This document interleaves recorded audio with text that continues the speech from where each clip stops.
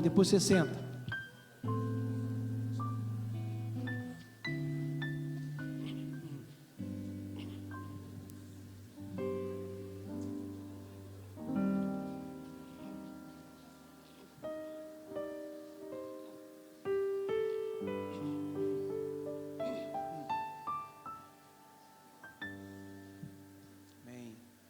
De fato, hoje aqui, eu pretendo ser o mais objetivo possível. Eu quero fazer uma pergunta para você, começar fazendo uma pergunta para você. Como vencer o medo? O que você faz para vencer o medo? Como nós fazemos para vencer o medo? Essa é a pergunta. Mas antes disso, eu queria que você abrisse a sua Bíblia em Efésios capítulo 1, versículo 16.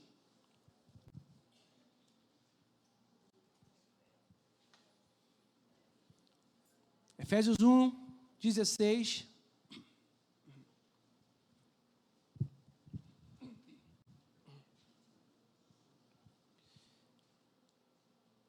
O apóstolo Paulo vai dizer: não cesse de agradecer a Deus.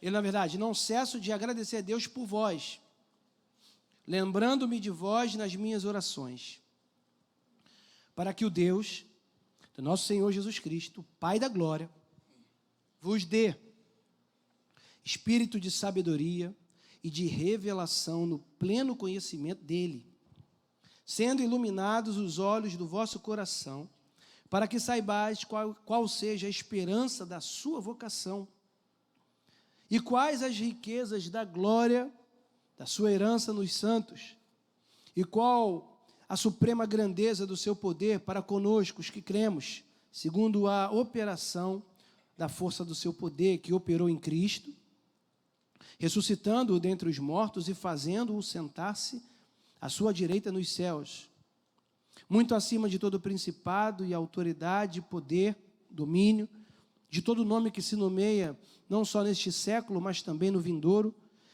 e sujeitou todas as coisas debaixo dos seus pés, e para ser o cabeça sobre todas as coisas o deu à igreja, que é o seu corpo, o complemento daquele que cumpre tudo em todas as coisas. Eu, ao ler isso aqui, antes de entrar e responder e falar sobre essa questão do medo que muitas vezes ataca a nossa vida, eu quero que hoje, pedindo a Deus que os nossos ouvidos, que os seus ouvidos estejam atentos, né? O Nathan Rufino fala muito isso, quando ele começa a pregar, que os seus ouvidos estejam atentos e que sua mente esteja alerta para que você possa ouvir a fonte de vida, que é a palavra que muda, que sustenta e que restaura a nossa vida. Nós precisamos agora, sempre diante dessa palavra, nos despir das nossas próprias convicções.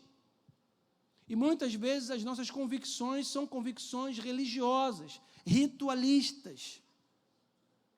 Às vezes nós aprendemos coisas até mesmo relacionadas ao Evangelho que estão baseadas em doutrinas do homem, humanas, costumes cristãos, e que nós vamos tendo isso como uma regra, até às vezes acima da própria palavra de Deus. Isso vai tornando uma pessoa religiosa, e Deus não quer que nós sejamos religiosos. Deus não quer que nós nos assemelhemos aos fariseus, que conheciam a lei, que sabiam da lei, que sabiam da doutrina, sabiam o que deveria fazer, mas somente falavam sobre a lei, e dentro deles, no coração, na atitude, na vida, eles estavam longe. E muitas vezes Jesus repreendeu os fariseus. Uma vez chamou eles de sepulcros caiados. Bonito por fora, mas por dentro tem morte.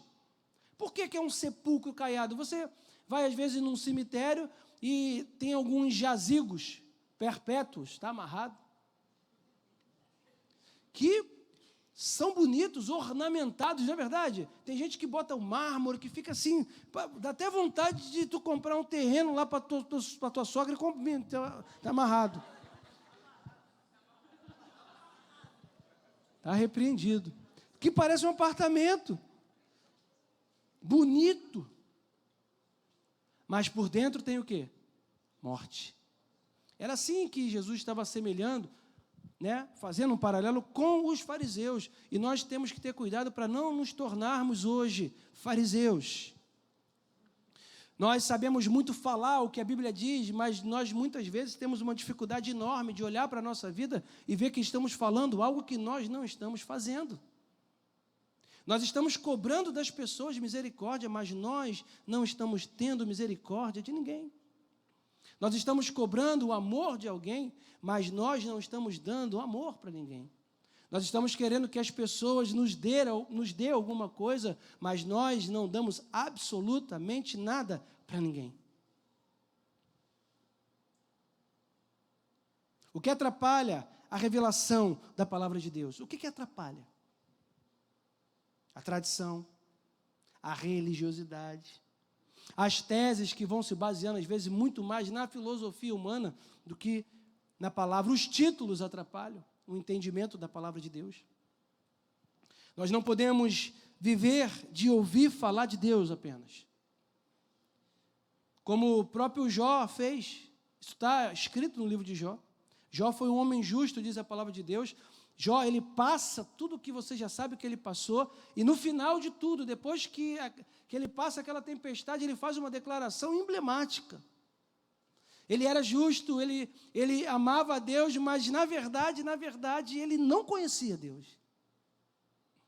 E no final ele diz: agora eu te conheço não de ouvir falar, mas por andar contigo, por caminhar contigo. E Deus quer que você conheça Ele, não só através da Nova Vida, da igreja, que você vem, está aqui, você assiste os cultos, você ouve testemunhos de pessoas, você vê Deus agindo na vida do irmão, da irmã, você fala: meu Deus, mas na minha vida nada acontece, na minha vida eu não tenho um testemunho, na minha vida nada mudou. Por quê? Porque você precisa conhecer a Deus. E para conhecer a Deus, eu não sei como, não existe possibilidade de você conhecer uma pessoa se você não gastar tempo com essa pessoa.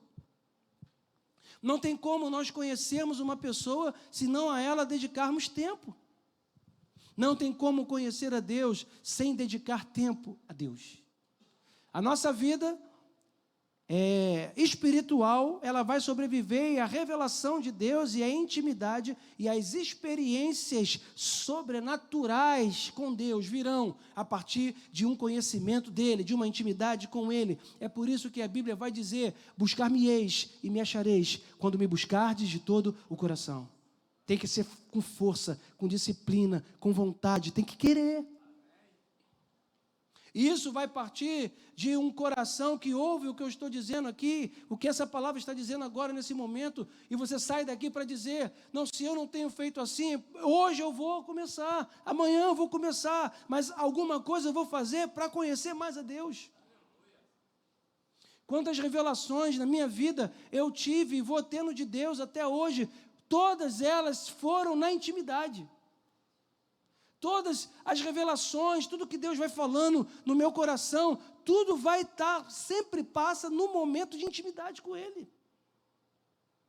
As experiências. Precisamos nos conscientizar sobre a importância de conhecermos a Deus de forma pura, genuína, real. Temos que ter conhecimento e experiência com Ele. Todos os homens de Deus, principalmente... Eu gosto de pegar do Novo Testamento para cá, não que no Velho não tenha exemplos, tem, mas no Novo Testamento você vai falar dos apóstolos, daqueles homens que pregaram o Evangelho, avançaram com o Evangelho a partir da subida de Jesus para os céus. Você vai perceber que esses homens, eles tinham intimidade com Deus, eles conheciam a Deus porque eles tinham contato com a palavra, e tudo isso era seguido de experiências que eles tinham com Deus. A religiosidade, que muitas vezes nasce de um grande conhecimento, às vezes intelectual, capaz de sobrepor a ação e manifestação sobrenatural de Deus, que nós só vamos poder viver pela fé. Às vezes, nós vamos intelectualizando tanto a palavra que não tem mais lugar para a fé. Não tem mais lugar para o sobrenatural. Só a gente começa a botar Deus na matemática. E viver com Deus, irmão, não dá para usar matemática. Por quê? Não tem lógica. Eu pequei, eu errei, eu fiz tanta... e Ele me aceitou. Qual é a lógica disso, irmão? Não tem lógica.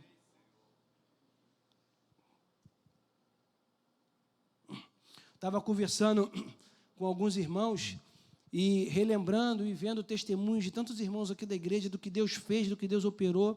E ontem eu estava conversando com o Jarbas, né? Ele foi no carro, a gente estava conversando, estava escutando o Jarbas falando como Deus libertou a vida dele. Ele falou, rapaz, quando eu entreguei minha vida a Jesus, do dia que eu entreguei minha vida a Jesus, de todas as experiências que eu tive no passado, Deus me libertou assim, do dia para a noite. E aí você vai vendo que a pessoa tem uma experiência com Deus, e aí essa experiência de libertação sustenta a pessoa, porque ela fala, eu sei o que Deus fez na minha vida. O que roubava, não rouba mais. O que mentia, não mente mais. O esquentadinho, não é mais esquentadinho. O que é brabo, fica uma seda. Por quê? Porque o Espírito Santo, ele entra e ele toma o lugar na nossa vida.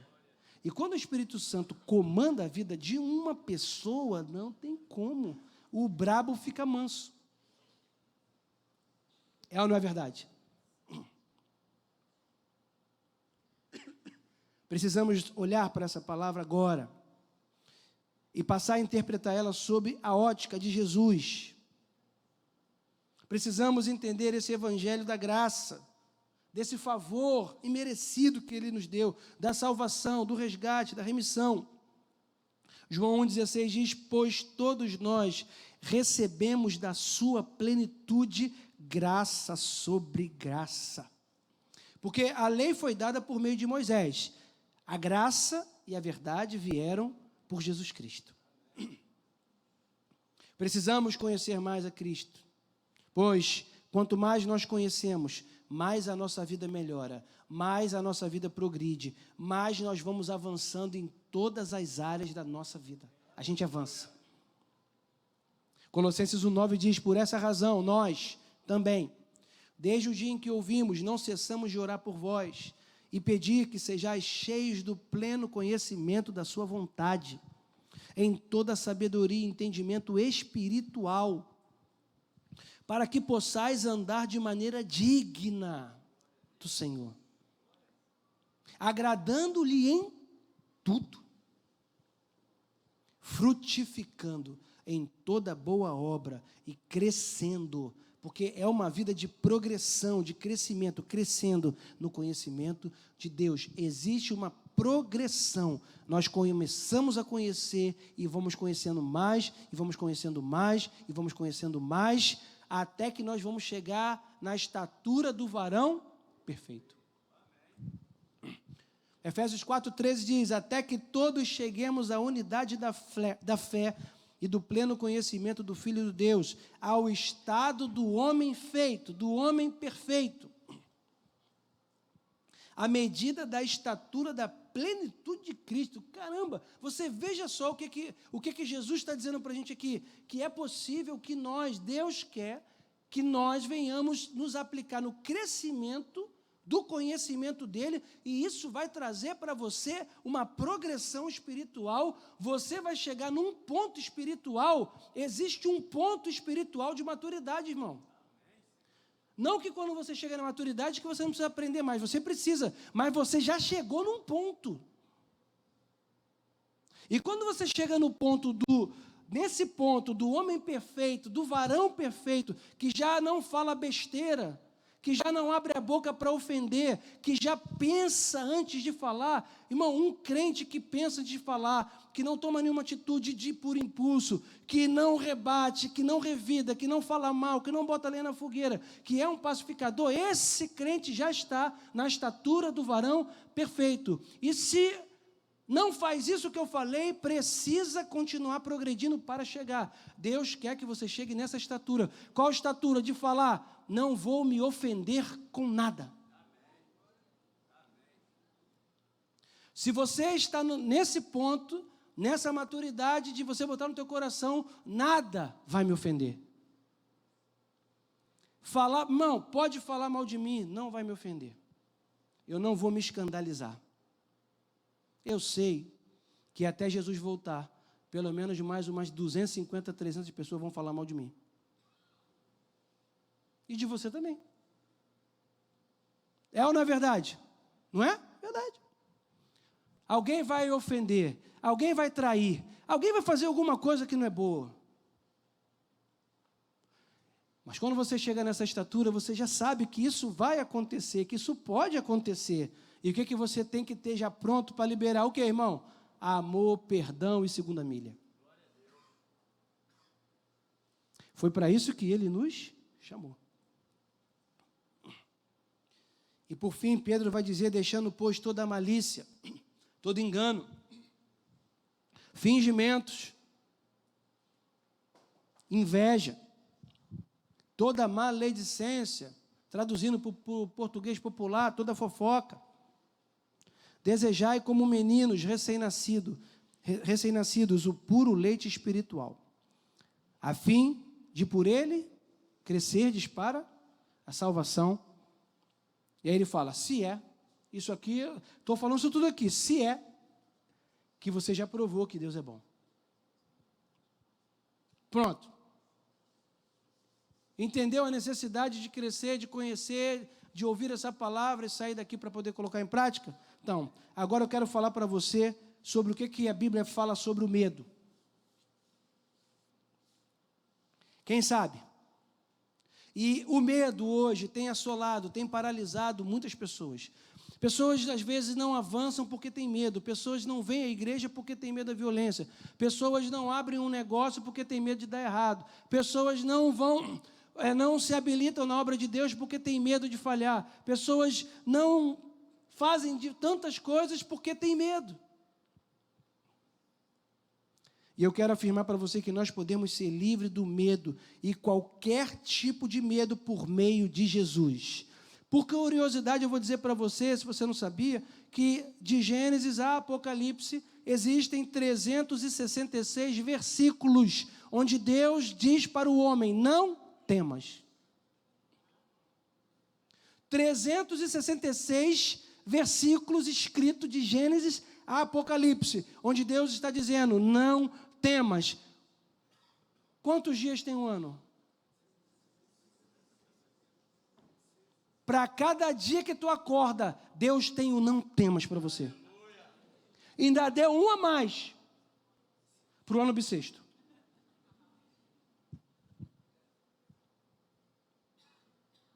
Você e eu não podemos viver temendo, porque todo dia, quando tu acorda, tem um não temas para você.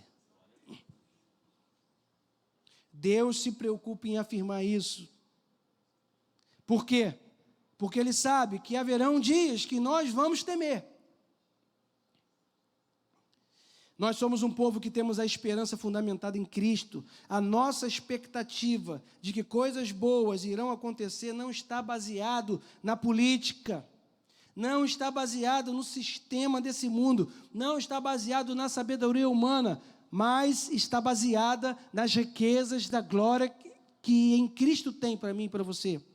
Colossenses 1:27 diz, a quem Deus quis fazer conhecer quais são as riquezas da glória desse mistério entre os gentios, que é Cristo em vós, a esperança da glória.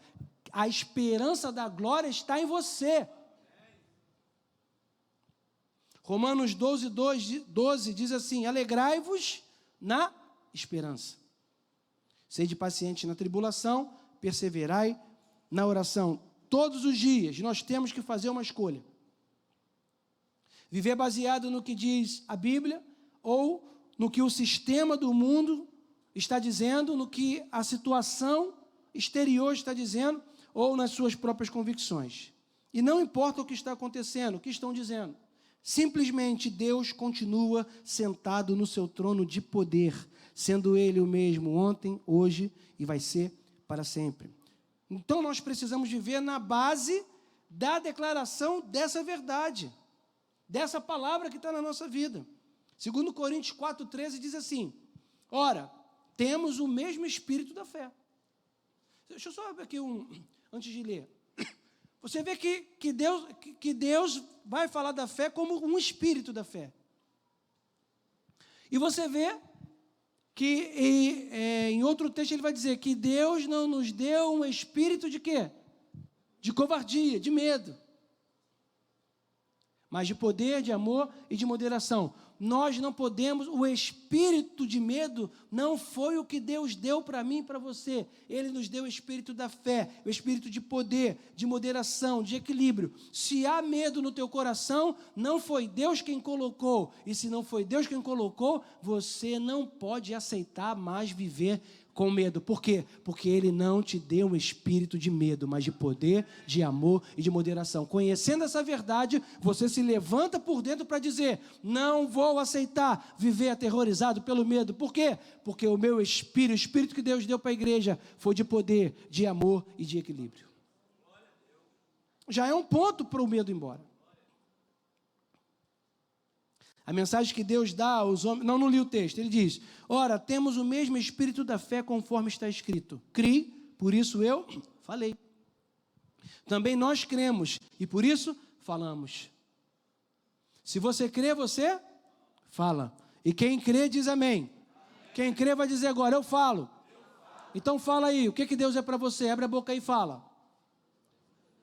Fala aí, pode falar. É o teu escudo, é a tua força. É a tua rocha, é o teu fundamento, é a tua alegria, é a tua força, é a tua esperança. Ele é a minha esperança, Ele é a minha força, Ele é a minha alegria, Ele é o meu sustento, Ele está comigo. Não vou temer mal nenhum, porque Tu estás comigo. A tua vara, o teu cajado me consola. Ei! Oh, dá palma para o Senhor aí, irmão. Aleluia. Glória a Deus. Tu vai ficar nessa aí, de curtir medo? Ah, estou com medo.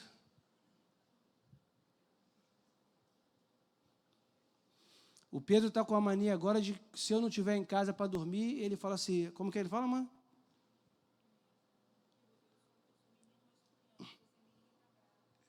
Está com a Amanda para dormir, ele, pai, mãe, eu quero esperar meu pai para dormir, por quê? Estou com medo.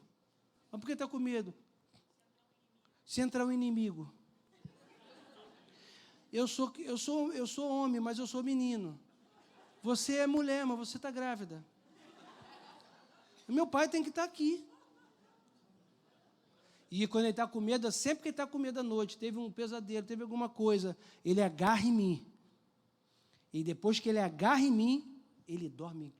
Ele é uma criança, eu falo igual uma criança, né? Ele é uma criança. E ele dorme. Toda vez que você estiver com medo, você agarra no teu Pai Celestial. E você fala: Pai, estou com medo, mas eu sei que Tu estás comigo.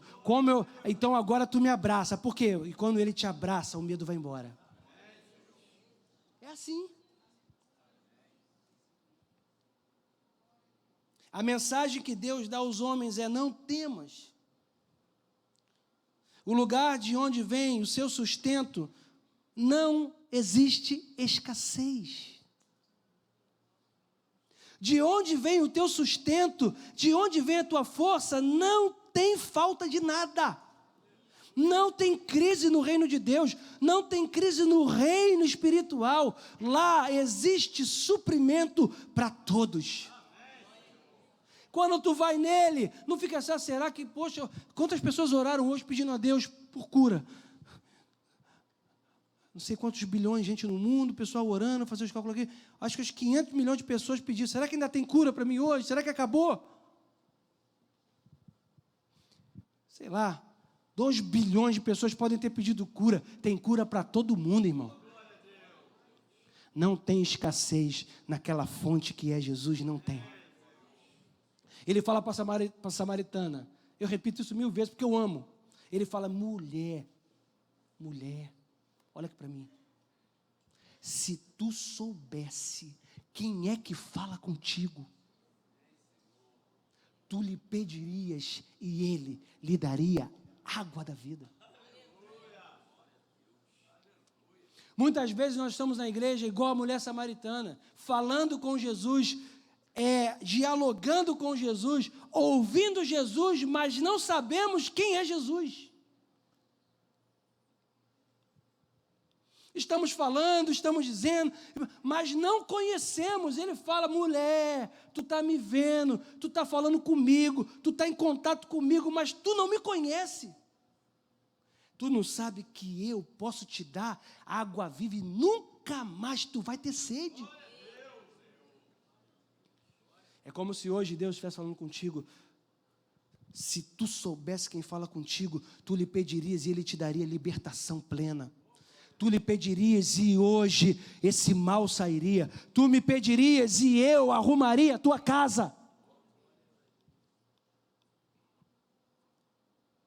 Amém.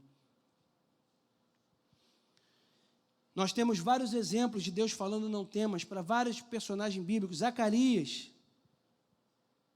quando o anjo aparece e ele fica com medo, o anjo fala: não temas. José: não temas em receber Maria. Não temas, não temas. Os pastores no campo: não temas. Eu não posso enfrentar situações na minha vida e ficar falando o que todo mundo diz, o que o mundo diz, o que as pessoas repetem. O que elas dizem? Isso é assim mesmo. Tem jeito. Não podemos fazer nada. E agora, o que fazer? Não. A nossa expectativa é outra. Nós estamos inseridos no reino de Cristo, somos novas criaturas, outra lei rege a nossa vida. A nossa perspectiva é diferente. Romanos 8:1 diz: portanto, agora nenhuma condenação há para os que estão em Cristo Jesus, que não andam segundo a carne, mas segundo o Espírito. Porque a lei do Espírito da vida em Cristo Jesus te livrou da lei do pecado e da morte. Nós precisamos nos alinhar a essas declarações da palavra. A minha confissão tem que ser de acordo com a palavra. Nós não estamos largados, não estamos abandonados nesse mundo. Nós somos um povo separado, sim. Temos privilégios espirituais, sim. Não somos snobs, porque o espírito da igreja é humilde, mas nós temos privilégios que estão disponíveis a todos aqueles que creem nessa palavra. E esses privilégios espirituais é para você, é para mim e é para você que está aí do outro lado da tela. Davi, ele escreveu o Salmo 91 para dizer: caiam 10.000 ao seu lado, 10.000 à sua direita e você não será atingido. Praga nenhuma entrará na tua tenda, praga nenhuma vai entrar na tua casa. Nossa casa é abençoada, a nossa casa é o lugar da manifestação da bênção de Deus. Não aceite outro tipo de manifestação a não ser a bênção de Deus dentro da sua casa. Levante-se e lute com Cristo, e a sua casa, Deus, a palavra de Deus vai vencer. Porque o que vence o mundo? Porque essa é a vitória que vence o mundo, a nossa fé. Deus tem nos dado um espírito de poder, de amor e uma mente equilibrada. A palavra é a verdade viva, e ela é capaz de equilibrar a nossa mente, ela é capaz, sim, de equilibrar as nossas emoções. Deus tem nos dado um espírito de disciplina, de autocontrole. E de repente, se isso não está se manifestando na sua vida, nós precisamos olhar para dentro de cada um de nós e ver se nós estamos agindo de fato com base na palavra. Porque quando alguma coisa não dá certo, irmão, pode ter certeza que tem um tumulto, que tem um incômodo, que tem uma angústia, que tem um negócio que não é bom. A gente tem que olhar, a gente tem que perceber por quê. Fatalmente, alguma coisa a gente está fazendo em desacordo com a palavra de Deus. Por quê? A palavra de Deus não mente. Fez o que é para ser feito, tem um resultado já pronto. Qual o resultado? Vitória, progressão, Deus agindo. Esse é o resultado.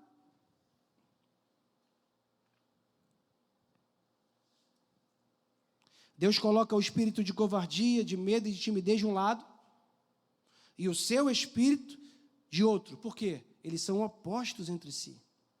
O que fazer então? Se eu percebo que o espírito desse mundo está querendo dominar algumas áreas da minha vida, e que em algumas áreas eu estou perdendo, qual o remédio para acabar com o medo?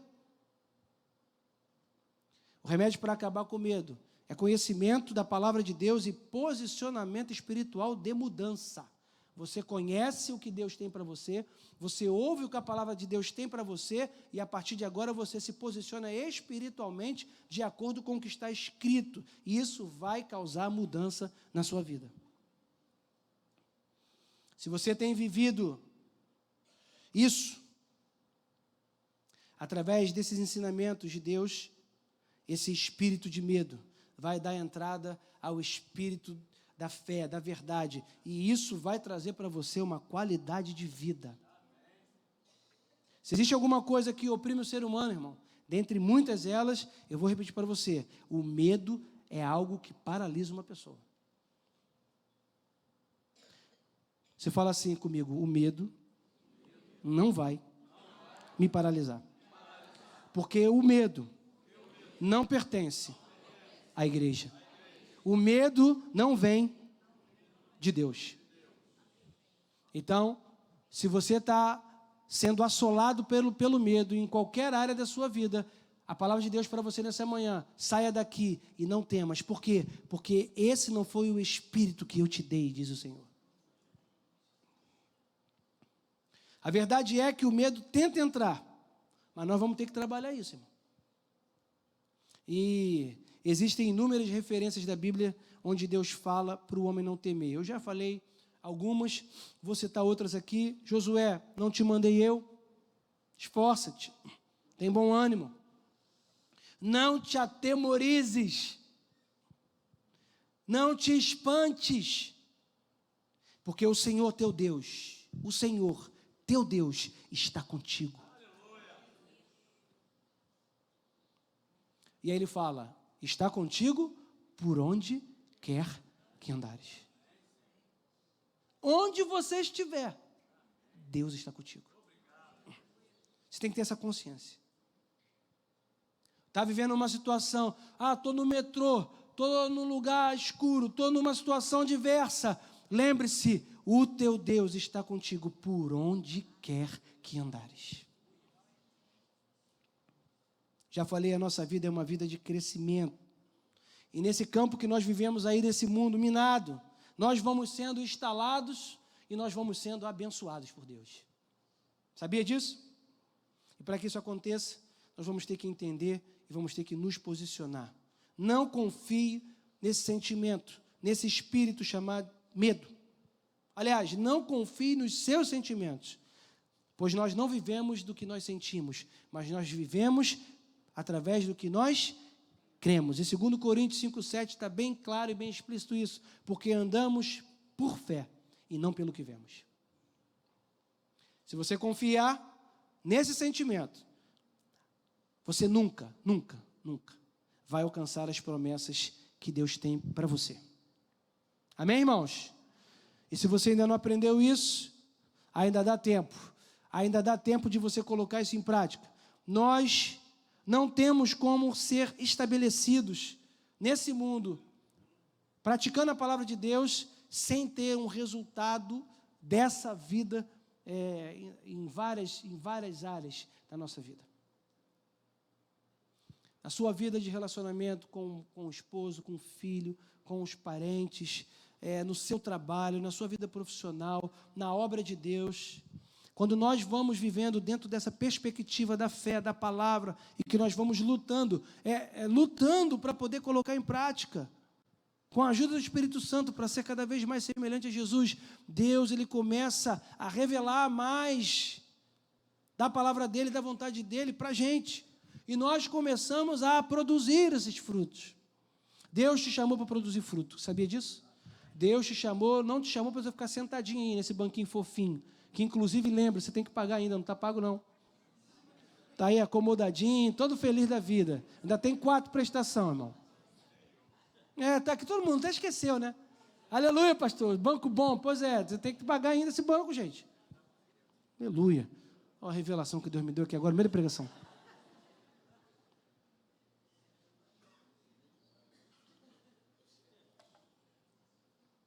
Mas nós vamos pagar, né? Deus quer que você dê fruto.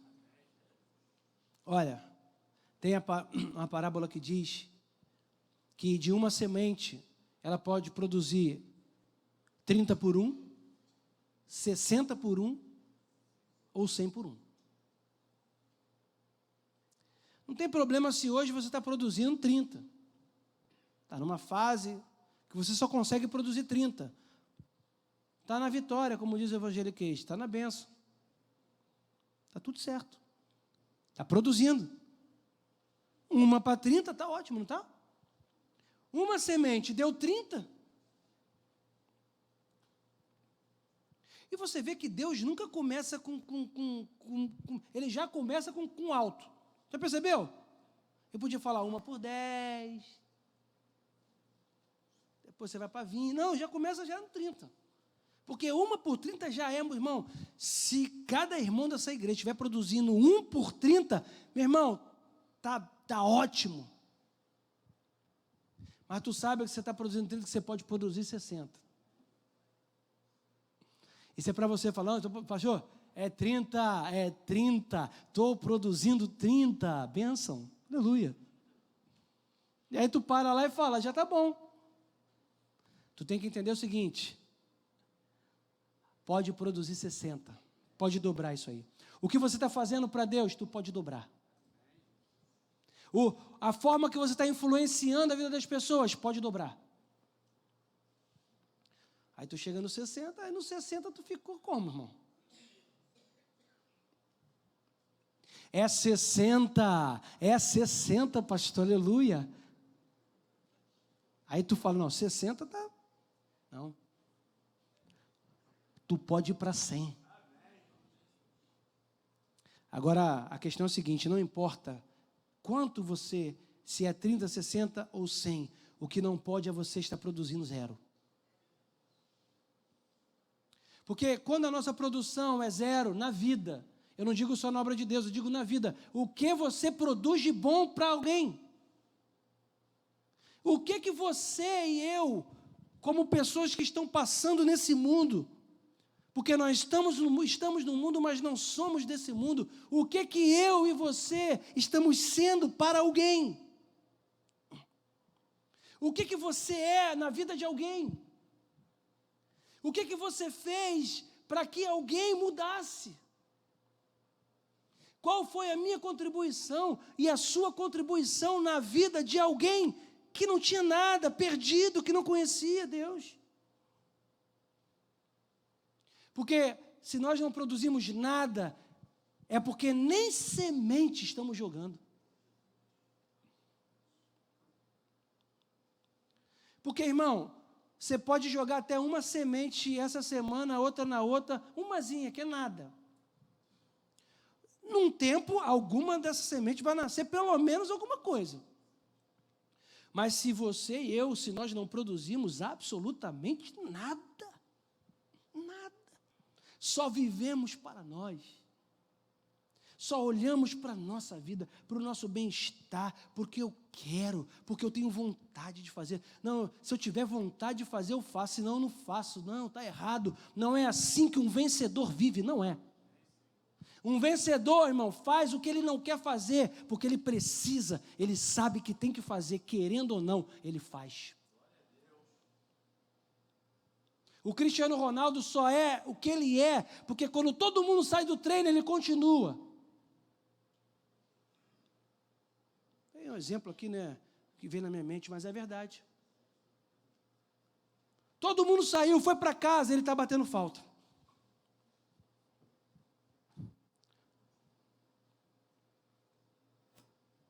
Não é? Se tu pegar ele e o Messi, na minha opinião particular, o Messi é mais habilidoso, é muito mais bola que ele, é habilidoso e tal, mas o cara é disciplinado. Vai ganhar. Ganhou também agora de novo? Ganhou o Messi? Poxa, Ronaldo. Mas já ganhou quantas ele? 5.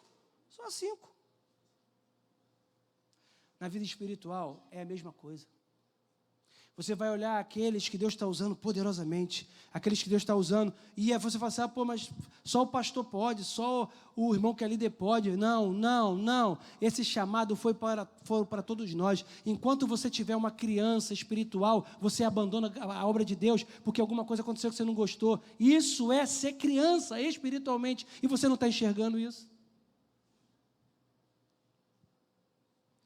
Mas quando você apanha, aquela jogada do Ronaldo, que o cara batia nele, bateu, o cara foi, bateu, ele foi levando a bola até o gol. Estou só no futebol hoje. Não é igual o Neymar, toma pancada, cai. Ai, está treinando, ganha não sei quantos milhões para tomar uma pancada e ficar de pé. Mas não. Por isso que chamaria de quê? Fenômeno, pô.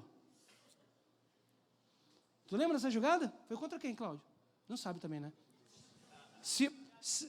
Mas foi uma jogada épica, que o cara bate e ele... Hã? Não foi? Ele tá jogando? Pois é. Obra de Deus, irmão. Olha só. Eu estou fazendo igual Jesus. Veja as aves dos céus. Entendeu? Estou pegando um negócio que tu conhece. Na vida espiritual é a mesma coisa. Você olha para a obra de Deus, aí você apanha de um lado, você apanha do irmão. Quem é que te bate na obra de Deus, irmão? É o irmão. Quem te bate é ele, irmão.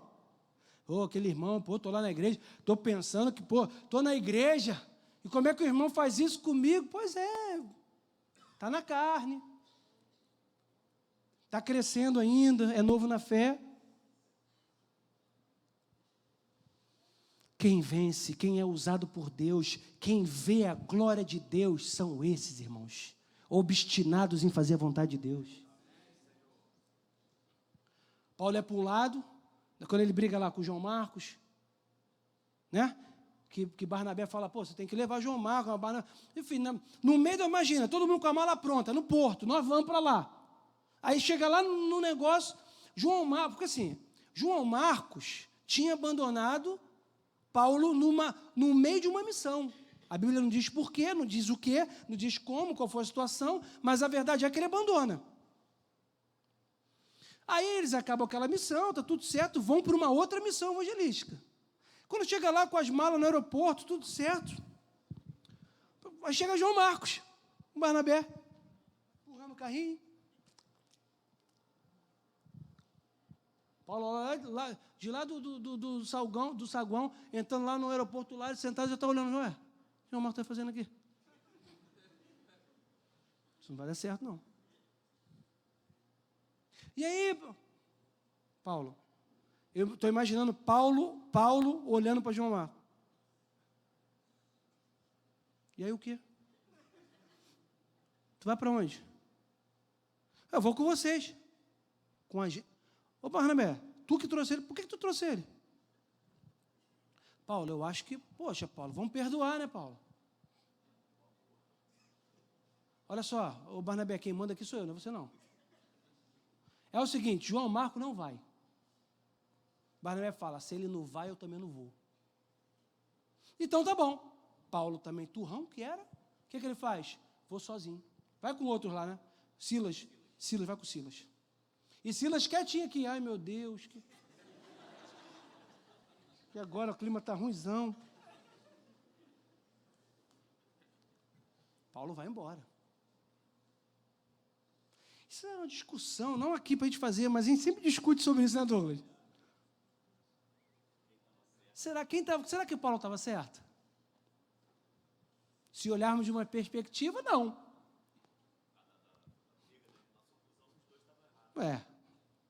Enfim, aí é uma discussão bíblica filosófica, depois. Não está na Bíblia. Mas o que eu dando esse exemplo bíblico agora eu vim para a Bíblia, aleluia, para te falar o seguinte, na obra de Deus, nós temos dificuldades de relacionamento muitas vezes. Não é? Mas isso não fez Paulo falar assim, quer saber? Quer saber? Agora eu não vou para lugar nenhum, vou voltar para casa. Estou aborrecido já mesmo aqui. Aí no final, ele fala, traz também João Marcos, vem com João Marcos, porque me é útil. O sangue desceu, né? Ó, sangue desceu, o tempo passou. O apóstolo Paulo era um homem maduro na fé. E fala, não, traz João Marcos que me é útil. Irmão, o irmão pode falhar contigo, comigo, pode errar, mas nós temos que estar pronto para saber o quê? Não importa, errar nós também erramos, mas traz comigo também, Tony, que me é útil.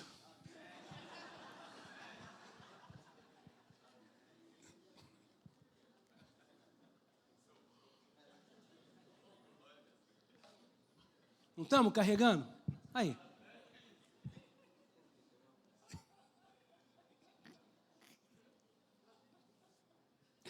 Ah, meu pai.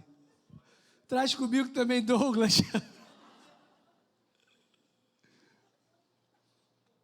Mas, irmãos, se você não encarar, eu já mudei aqui de assunto, é verdade. Mas se você não encarar a obra de Deus, a vida com Deus, na perspectiva da palavra de Deus, você não vai avançar. Vai continuar na mesma estatura espiritual. E Deus quer que você cresça, e que você cresça, e que você cresça. E quanto mais você apanha, mais você cresce. E quanto mais você vai ganhando casco. E quanto mais acontece, mais você fala, aí é que eu vou mesmo. E aí você vê a bênção, a graça, o poder, o crescimento de Deus na tua vida. Amém, irmãos? Não deixe o medo dominar a sua vida. Para finalizar. Não deixe que o medo atrapalhe você de tentar de novo, de ir novamente. Não permita, por quê? Porque Deus colocou em mim e em você um espírito de poder, de amor e de moderação. E o que não deu errado, levante-se para fazer de novo. O que você não conseguiu fazer, você zera, você fala, mas eu vou fazer de novo. E se não der certo, vai de novo. E se não der, vai de novo. Mas não pare, avance. Porque é igual, eu estava fazendo uma trilha essa semana, e eu estou assim, estou até melhorando, estou um pouco fora de forma. E eu estava subindo. E aí teve uma hora que eu falei assim, cara, eu falei, né? Vou parar para descansar. Aí eu lembrei, falei, não, eu não vou parar, eu vou devagar. Mas não vou parar. Aí o que eu fazia? Parece até um negócio, mas cadê? Deus falou comigo ali, subindo aquilo ali. E eu falei assim, é igual na vida espiritual, tem hora que eu vou até andar devagar.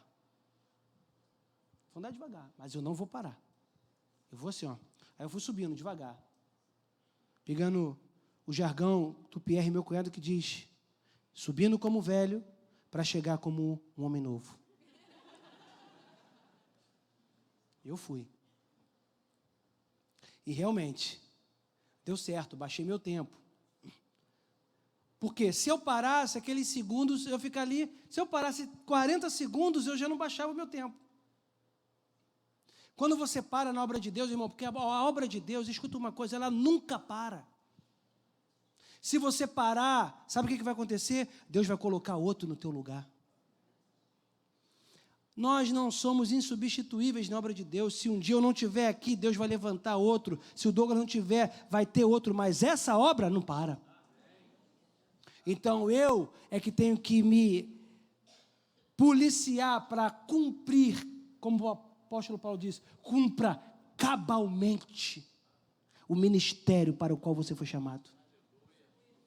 Se Deus te deu, não larga. E se tu largou, pega de volta. Amém, irmãos? Deus quer que você avance. Mas Deus não vai te empurrar, irmão. Tu vai ter que fazer alguma coisa. Primeira coisa, é se posicionar espiritualmente, olhando para o autor e consumador da fé, esquecendo tudo o resto e avançando em direção ao alvo. Seja uma bênção na vida de pessoas, seja uma bênção. Se coloque no lugar do outro, irmão. Quando você faz isso, você consegue abençoar.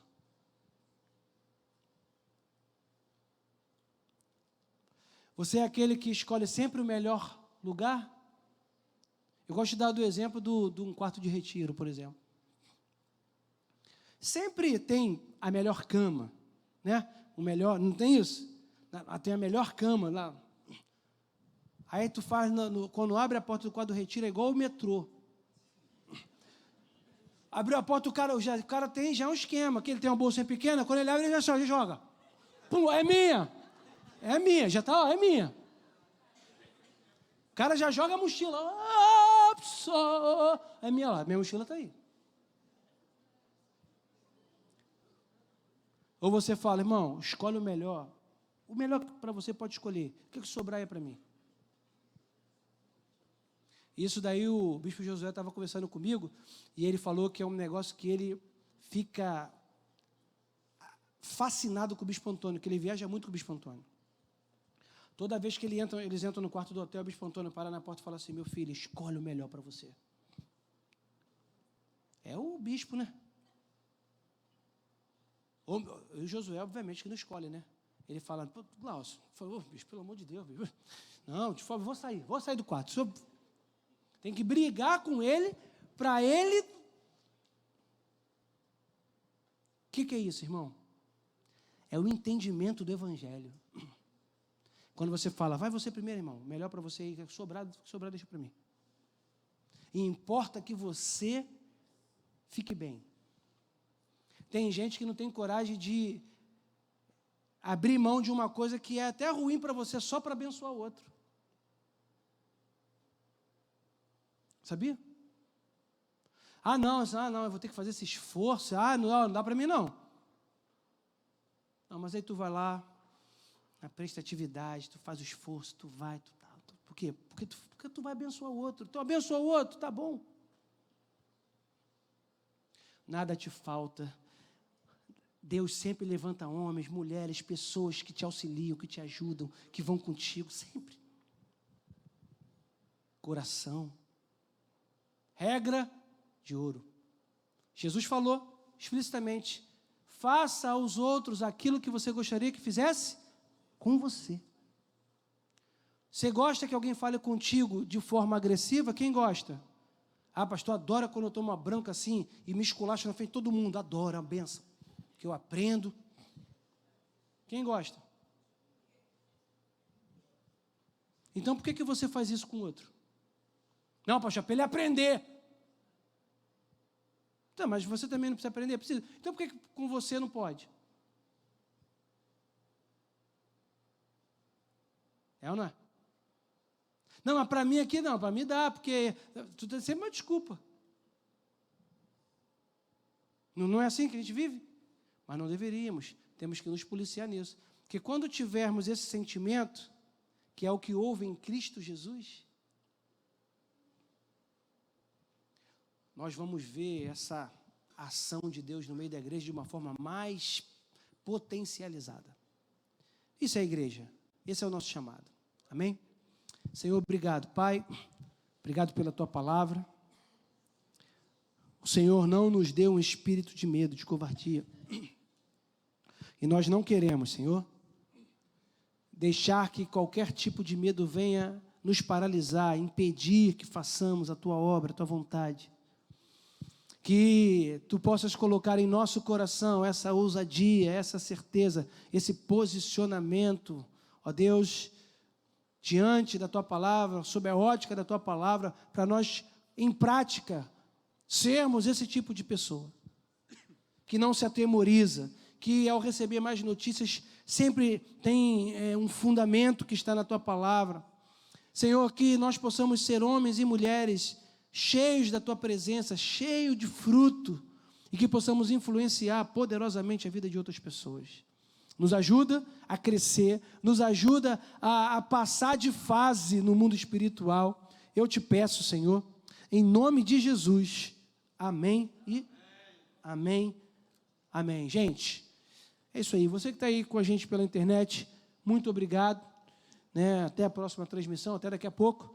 Às 18 horas nós estaremos de volta. Amém.